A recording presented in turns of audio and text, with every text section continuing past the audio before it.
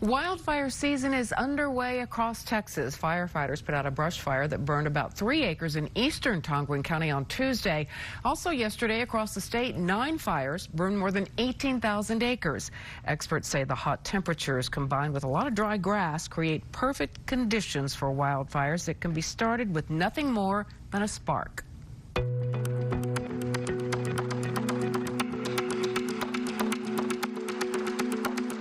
Some ways that we can combat fire risk are going to be to limit activities that can cause sparks, so things like welding, making sure that we have proper vehicle maintenance, encouraging people that any activities that might increase sparks or introduce sparks to the area to go ahead and reduce those during that time.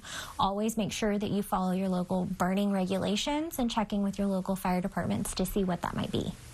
The Forest Service, along with volunteer firefighters from Quail Valley, East Concho, and Miles, all responded to that brush fire along the rail line in eastern Tonquin County Tuesday and say it was most likely started by sparks on dry grass.